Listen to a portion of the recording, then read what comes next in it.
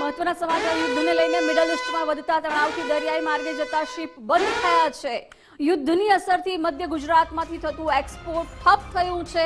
Machinery શિપમાં load થઈ ગઈ છે, પરંતુ શિપ બંધ થઈ ગયા છે। શિપિંગ કંપનીઓના ઇન્સ્યોરન્સ પણ બંધ કરી દેવાયા છે। મિડલ ઈસ્ટમાં જવાનો મુખ્ય માર્ગ જ બંધ થઈ ગયો છે। સ્ટ્રેટ ઓફ હોર્મુઝનો એકમાત્ર રસ્તો બંધ થતા હવે હાલાકી સર્જાઈ રહી છે। ઉદ્યોગકારોને કરોડો રૂપિયાની ખોટ વેઠવાનો વારો આવ્યો છે।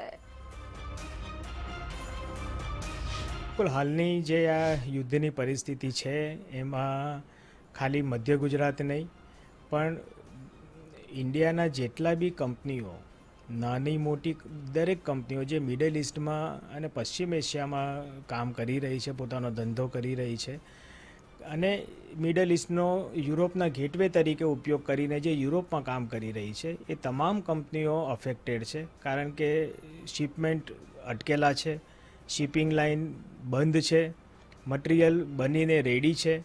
હવે એ મટીરિયલ જ્યારે ડિલિવર થાય ત્યારે જ એનું પેમેન્ટ મળવાનું છે। એટ ધ સેમ ટાઈમ જે મટીરિયલ લેનાર કંપનીઓ છે મિડલ ઈસ્ટની અને મધ્ય પશ્ચિમ એશિયાની કંપનીઓ જે છે એ લોકોને પણ પ્રોજેક્ટો અટકેલા છે। એટલે યુદ્ધ એ કોઈ દિવસ કોઈના માટે પણ સારી બાબત નથી, નફા નુકસાનની બાબત નથી, પણ આ વૈશ્વિક સરકમટન્સીસ એટલા બધા ભયંકર ક્રિએટ થશે જો આ વહેલી તકે બંધ કરવામાં નહીં આવે તો લોકોના વેપાર ધંધા બહુ જ ખરાબ રીતે અસર પડશે।